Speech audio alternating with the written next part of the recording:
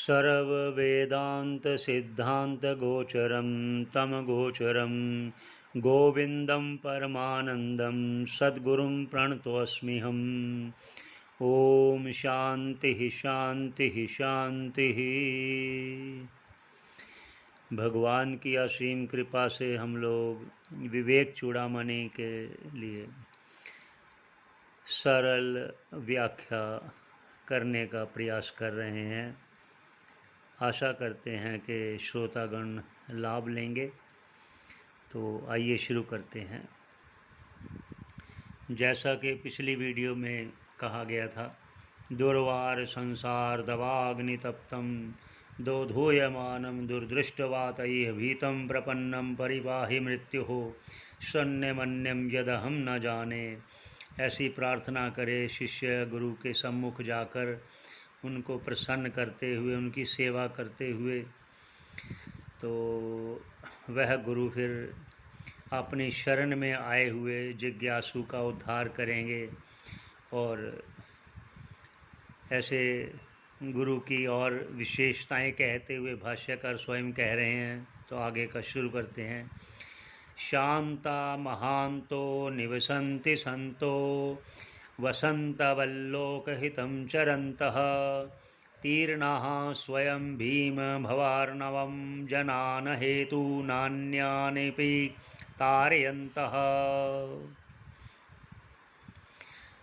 कहा है कि ऐसे गुरु के पास गया हुआ शिष्य निश्चिंत हो जाए।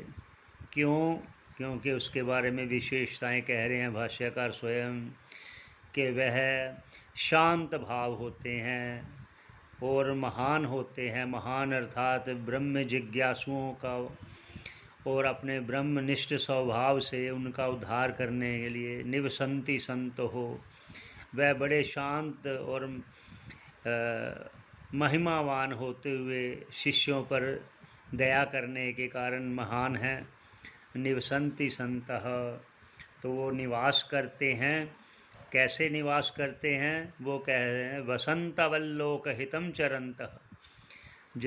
जिस प्रकार बसंत ऋतु सभी लोगों के लिए प्रियकर होती है, मन को खुशी देने वाली होती है, इस प्रकार वह महात्मनः जो शांत है मन, महान है, जिनका हृदय ऐसे संसार में विचरण करते हैं।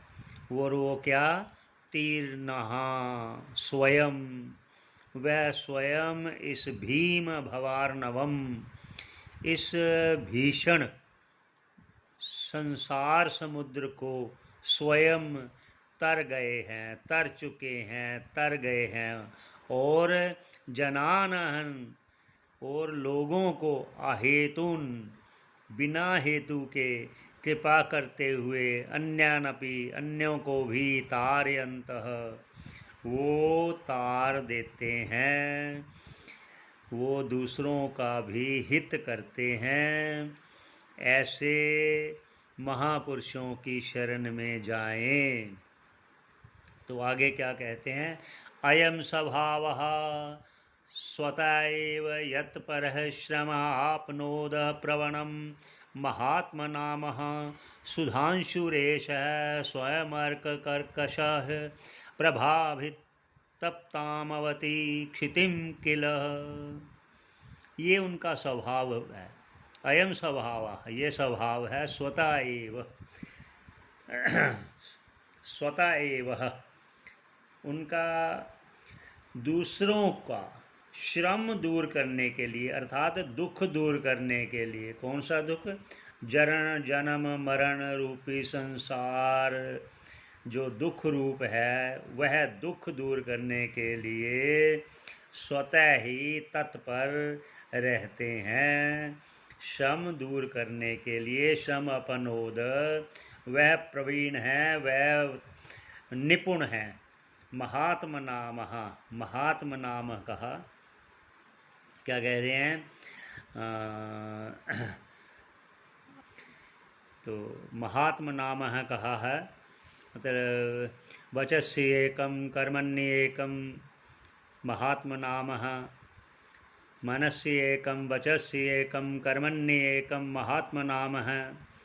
जो जिनके मन में सदा दूसरों का हित करने में ही लगा रहे, ऐसे महात्मा।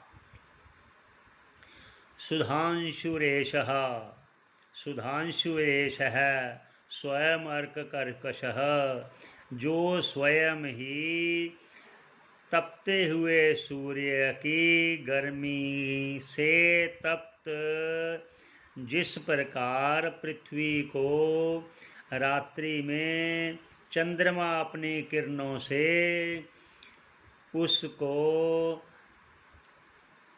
अपनी सुधा अंशुरेशः, अपनी वो किरणों से चंद्रमा अपनी किरणों से पृथ्वी तल को शांत कर देता है, उसी प्रकार ऐसे महात्मा ब्रह्मनिष्ठ गुरु अपनी शरण में आए हुए शिष्य का तपते हुए, जो उसके हृदय में तपन है, विषयों की तपन, दुखों से दुखी हुआ, उसको अपनी करुणा भरी दृष्टि से, अपने स्वभाव से उनको शांत करते हैं, उनका श्रम दूर करते हैं।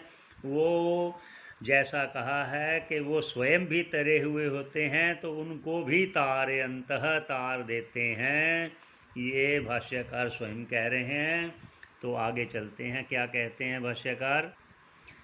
आगे भाष्यकार लिखते हैं, ब्रह्मानंद रसानुभूति कलिले कलितैः पूतैः सुशीतैः सितैः युष्मद्वाक् कलशोज्झितैः श्रुतिसुखैर्वाक्यामृतैः सेचयः संतप्तं भवतापदावादहनज्वालाभिरेणं प्रभो धन्यास्ते भवति क्षणक्षणगतेः पात्रीकृतः स्वीकृताः।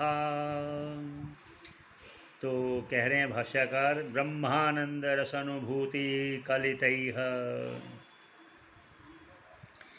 तो वह गुरु ब्रह्मानंद रस में अनुभूति से युक्त, जो परम पुनीत हैं और शीतल मन, शांत मन और बड़े ही स्वच्छ और शुद्ध सात्विक भाव से युक्त, युष्मद्वाक कलशोज्झितैः, युष्मद जो मतलब आपकी अपने ब्रह्मानंद अनुभव से हमें अपनी वाक रूपी स्वर्ण कलश से निकले हुए श्रुति सुखैर वाक्यामृतैः, अमृत रूपी वाक्य से हमें सुख से अपने उस अमृतमयी वाक्यों से हमारे मन को सींचिए। संतप्तम, क्योंकि हम संतप्त, वो जो शिष्य है, भवताप, भवताप अर्थ को जो संसार में डूबा हुआ है, विषयों में संतप्त है, ऐसे शिष्य को जो विषयों में जल रहा है, ऐसे शिष्यों को कि हे प्रभु, आप हे प्रभु, प्रभु गुरु को संबोधन कर रहा है शिष्य के, हे प्रभु, वे धन्य हैं जो आपकी शरण में आए हुए, क्षण मात्र में स्वीकार किए गए आपकी कृपा दृष्टि से वो कृतार्थ हुए हैं। आपके एक क्षण के लिए करुणामयी दृष्टि से ही जो आपकी कृपा के पात्र होकर आपने उनको स्वीकार किया है, वह धन्य हैं, वह शिष्य धन्य हैं। ये अपने गुरु जी को बोल रहे हैं कि वो धन्य हो गया शिष्य जो आपकी कृपा दृष्टि के पात्र हो गए हैं, स्वीकार कर लिया जिन्होंने आपने। तो आगे क्या कहते हैं, अब पुनः शिष्य गुरु से प्रार्थना कर रहे हैं कथं तरेयं भवसिन्धुमेतं का वा गतिर्मे कथमोऽस्ति उपायः जाने न किंचित कृपयाव मां भोः संसार दुख क्षतिं आतनुष्व। ये हे गुरु, कथम तरेयम, मैं इस भव सागर को, इस संसार सागर को कैसे तरूंगा। भव सिंधु मेतम, इसको कैसे तरूंगा। भव सिंधु मेतम, ये भव सागर जो संसार सागर है, एतम इसको, कथम तरेयम कैसे तरूंगा, का वा गतिर्मे, और मेरी गति क्या होगी, अर्थात मेरा क्या होगा। कथमोस्ति उपायः, तो उसका उपाय क्या है, इस भव सागर से तरने का उपाय क्या है। जाने न किंचित, मैं कुछ नहीं जानता। माँ भो हो, हे प्रभु, भो प्रभु, उनको संबोधन कर रहे हैं गुरु को। कृपयाव माम, मुझ पर कृपा कीजिए। संसार दुख क्षति ही, संसार दुख को क्षय करने के लिए। माँ तनुष्वः, उपाय कीजिए। संसार रूपी दुख से तरने का उपाय कीजिए। मैं नहीं जानता, जाने ना किंचित। कृपयाव माम भोए प्रभु, आप मुझ पर कृपा कीजिए, मेरी रक्षा कीजिए। इस संसार रूपी दुख सागर को क्षतिम, क्षय करने में, आतुनिश्व, इसके लिए उपाय कीजिए। मैं आपकी शरण आया हूँ, हे प्रभु कृपा कीजिए। ऐसा प्रार्थना करता है शिष्य गुरु के सन्मुख। तो इसी पर विश्राम देते हैं।